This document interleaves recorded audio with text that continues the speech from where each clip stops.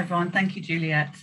Yes, and thank you for inviting me along. So I think I will try to add to the conversation that's gone before. Obviously, there's a lot of similarities in terms of what I'm going to talk about now. So I've been invited along by colleagues to talk through, I suppose, an applied example of some of what we're trying to understand and achieve here. So as Juliet described, part of my portfolio in the system transformation team is to support the implementation of the clinical and care professional leadership guidance. Can I have the first slide, please?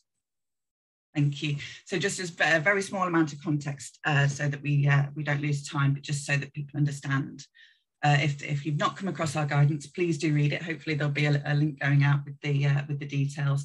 So it's right from the beginning with the Integrated Care White Paper, the recognition of the importance of clinical and care leadership across a system. So as we've described previously from other speakers, that's not leaders necessarily, but leadership in the greater sense of the word, moving away from it just being those in particular positions of power, and empowering our workforce to take leadership and to lead from their position in the system, wherever that may be, to move us towards integrated care systems as we see in terms of the vision and the future for those things.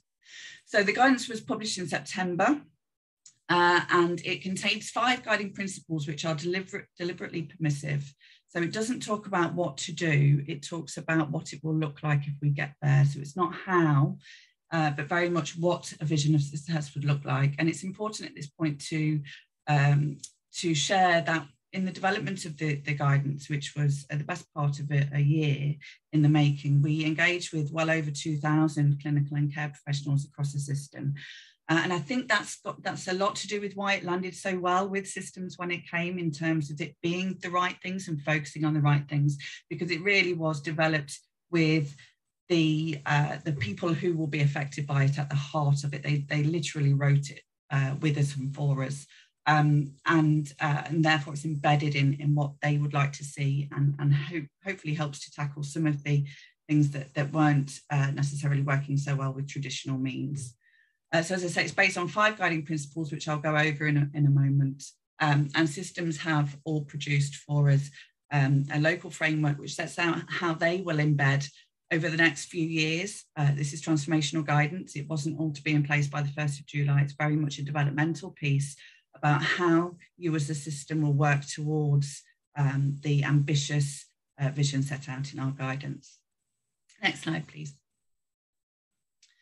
Just before I said that, I should have also said that as part of that, there is a requirement that clinical and care professional leaders across the system, the fullest range of clinical and care professional leaders, and that's a term that was banded, lots of different ideas about what the term should be, and that's what we settled on, to be deliberately wide-ranging and all-encompassing. So it really is that fullest range of clinical and care leaders and professionals across the system, and a requirement that systems, the ICB, conduct an annual pulse check to understand the experience of the system. So the question that we had earlier on, what's the experience of being in a system? That's built into our guidance and something that ICB should be working on in terms of gauging that. What does it feel like to be a clinical or care professional in my system? And are we moving in the right direction therefore? Which of course is not a simple thing to do. So just very quickly what the 5 principles are and what they say. So the first one is about integrating clinical and care professionals into every layer of decision-making across an ICS. So as we've talked about before, distributed leadership is absolutely key to that, and the interface between the different layers of the system and how they interconnect, making sure that we've got communication and that people feel that they know where they need to go. If they've got one of those knotty issues, or if they spot something or an opportunity at any layer of the system, they know where to take that to be able to influence decision-making at the layer required to make something change and improve. That second one is about a culture of, so there's that word again, culture of shared learning and collaboration. Really not easy to do. One of the things that we've talked about a lot this morning already. So I saw somebody talk about psychological safety, absolutely key to this, and the idea of being able to see the system from somebody else's perspective, walking in the shoes of colleagues, to really understand, as we've said, taking ourselves away from our bit of the world and understanding what it might look like as a system response. Number 3 is a really values-based principle for the system, which is about giving time back to clinical and care professionals. Quite often traditionally it's been based on engagement rather than necessarily kind of leadership, and it's been tagged on to somebody's day job. So as well as giving people protected time to complete their leadership roles, do we give them time to data and data analysts and population health management experts and finance data and all of the things that they would need to be able to influence decision making and lead in the best way, ensuring that we've got that clinical and care input into all of the key decisions that systems are making. And the last 2 are about leadership development. So number 4 is development offer for clinical and non-clinical professionals, and do they have the ability or the opportunity to learn together? So again, understanding perspectives of different people and learning together, and that networking piece is absolutely crucial in terms of development of that system mindset. In order to be able to do that, we need to talk to people from other parts of the system and understand how they view the world and what skills and values they bring, so that we can understand how we can work as part of a team. That's not really very well developed so far, but where it is, and people have that opportunity to work across boundaries, it's incredibly successful and incredibly well received. And finally, the principle 5 is about equality and diversity in 2 senses, both in the terms of demographics for our leadership to reflect the population that it serves, and also professionally agnostic approaches where we don't need, where we need clinical leadership and clinical input or care practitioner input, but it doesn't need to be a specific specialism. Are we able to open that up to allow a fuller range of clinical and care leaders to be part of that process? Next slide, please. So hopefully for those of you who aren't familiar with our guidance, you can already start to see why we've been asked to come in terms of some of the potentially countercultural elements. Yes, it does include the voluntary sector. Sorry, I just saw that pop up, Lisa. That's why we settled on care rather than some of the other words, because it absolutely does include voluntary sector as a key partner. So this is referring to a learning report, which will hopefully be available to you to see very soon. It's in approvals processes at the moment.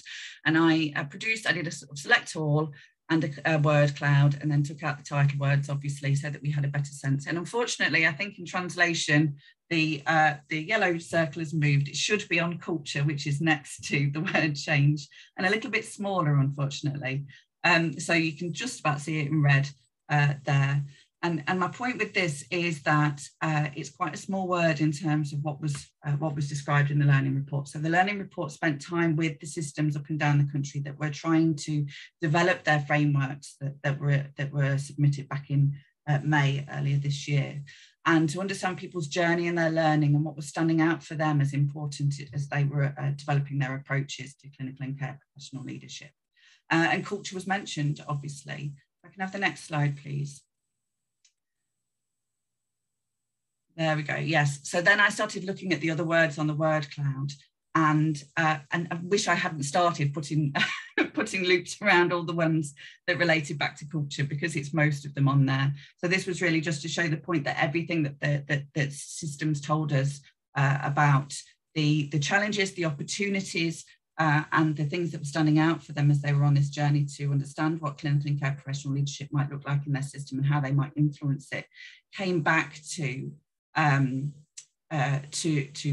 culture. Yes, completely agree, Rosa, and I'll sort of touch on that in a moment as well. Can I have the next slide, please? So this was just to pull out some of the keys, again, for people that aren't familiar with our guidance, in terms of why it is really quite countercultural, which is something that we say a lot. And what do we mean by that? I think from the conversations that we've had this far, it's essentially, it's about changing something that's a well-established way of doing things, a well-established set of behaviours, thought processes, mindsets that are triumphant in our everyday lives, the ones that trump everything else. And how can we look at changing some of those things? So the idea of multi-layered professional leadership that's distributed across a system, across services, across organisations, and across across sectors is really something that's incredibly challenging. The guidance does set out a hugely ambitious vision compared with the traditional approaches. And as I say, the idea of professionally agnostic approaches where it doesn't need to be a doctor or a nurse or a social worker, a qualified social worker. Are there opportunities to bring in a wider range of clinical and care and practitioner input that could offer a different perspective to what we're trying to achieve here? I would say, and I should say, that in my experience, since the frameworks have come through, and I'm now working really closely with systems to help them, or to support them, sorry, to make their frameworks a reality in their systems, there's a huge amount of will for this, a huge amount of recognition that what we're trying to do is the right thing to do. But then equally a recognition that it's incredibly difficult, which is often the way, isn't it, with something that's the right thing to do. Psychological safety that's been touched on as well is something that we really culturally struggled with over many years, I think, specifically in the NHS, and the idea of learning from mistakes and being okay to make mistakes or to not get things right. We've talked extensively at times with systems about, you know, the human impulse that we're quite happy to do something that we know really doesn't work very well, rather than try something completely new and radical and risk that it might fail on our watch, which is a really human and understandable thing to do, but it really sort of hampers transformation sometimes. And it's finding the places where the relationships are such that we can make that next step and push those things forward that slowly nudges the case for change as we go with this. As I say, the opportunities to learn together across specialisms as well is really, really counter-traditional. And again, it comes from the top in terms of making those opportunities available for staff in the first place, but hugely beneficial where they're happening. And again, that one about feeling part of the vision and the work. A feeling is quite tricky to control, isn't it? How do we control how people feel, especially when they are incredibly busy and firefighting in their own bits of the system? So in our breakout rooms, we were talking about that in acute settings, for example, just how colleagues are absolutely firefighting day in, day out, and don't have the headspace to stop and worry about the restructure of our organisations and what an ICS means and what it means to me or my service or my organisation. I'm way too busy getting the job done at the moment. And if we had the headspace, they wouldn't disagree with what we're trying to achieve. And I was thinking actually with the presentation, Juliette's presentation earlier on, and that the seesaw picture of the change and how legislation, as Jill pointed out, absolutely, legislation is an enabler. It gives us permission to legally do some of the things that we couldn't do previously.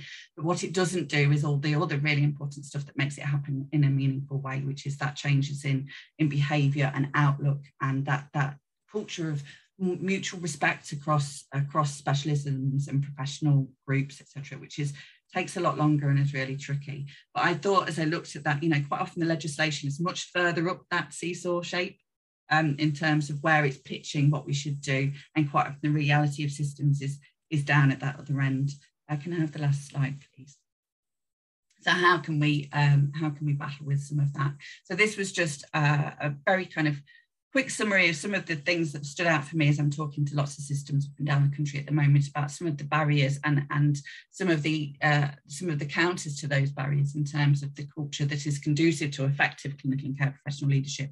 So I am talking specifically about clinical and care professional leadership, that collaboration, that working across boundaries, that, as I say, that mutual respect across specialisms and professionalisms that are required to make the guidance a reality. And again, incredibly biased, but in my view, absolutely crucial to the success of integrated care systems to nail this piece of guidance. So in terms of the barriers, we talked a little bit about silo working already, and I saw somebody in the chat saying silos aren't all bad. And of course, I'd agree with that. In particular, I think that was in terms of the professional advancement in your field, and that makes a huge amount of sense. But in this context, our patients, our population, our citizens, and someone's just talked about language. Again, language is incredibly important. They're not patients, they're people, they're citizens that are out there that we are serving, don't experience their health and well-being in bubbles and silos. So it's really important for us as a successful system to move away from that thinking as well, and to start to see people as a whole, as a holistic being with strengths and challenges, so that we can support those strengths and those challenges going forward in a more mutual way.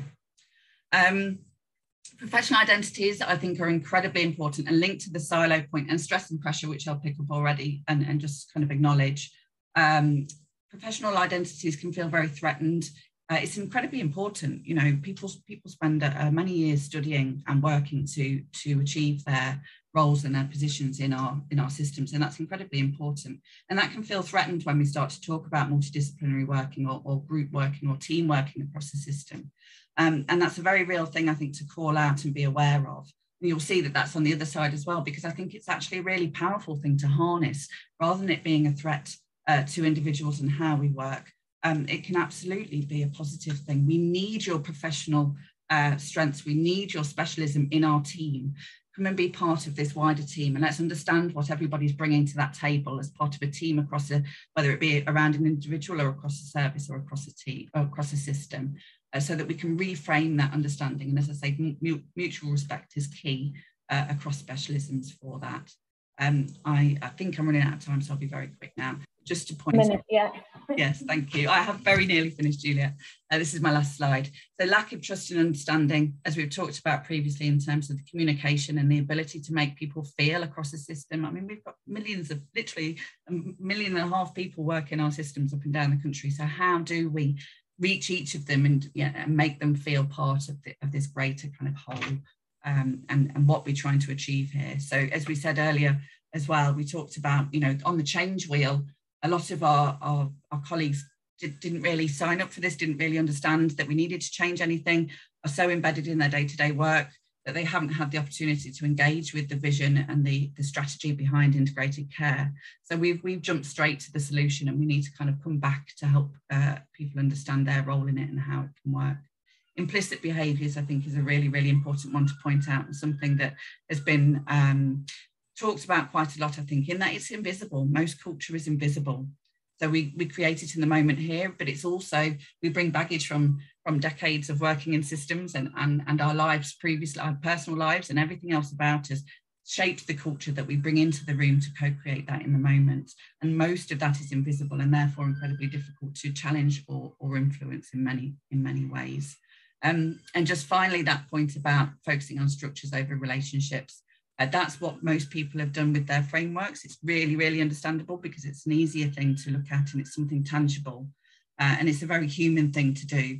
But relationship, the best structure in the world won't be successful without those relationships. They really are the kind of lifeblood of integration, I think, as people have described previously. And it helps with that kind of the system first mindset, as we've talked about, and that idea that we're part of a team across the system, and helps all those things that are on the other side that I've run out of time to talk about, which is modelling the behaviours we want to see from the very top, coming with curiosity and a willingness to understand the perspective of colleagues across the system, and being comfortable, therefore, with our colleagues, and that we're part of a bigger team, and therefore it's okay to try something new and for it not to work first time, and openness to new ideas and approaches. So apologies for overrunning, Juliet, but I'll stop there.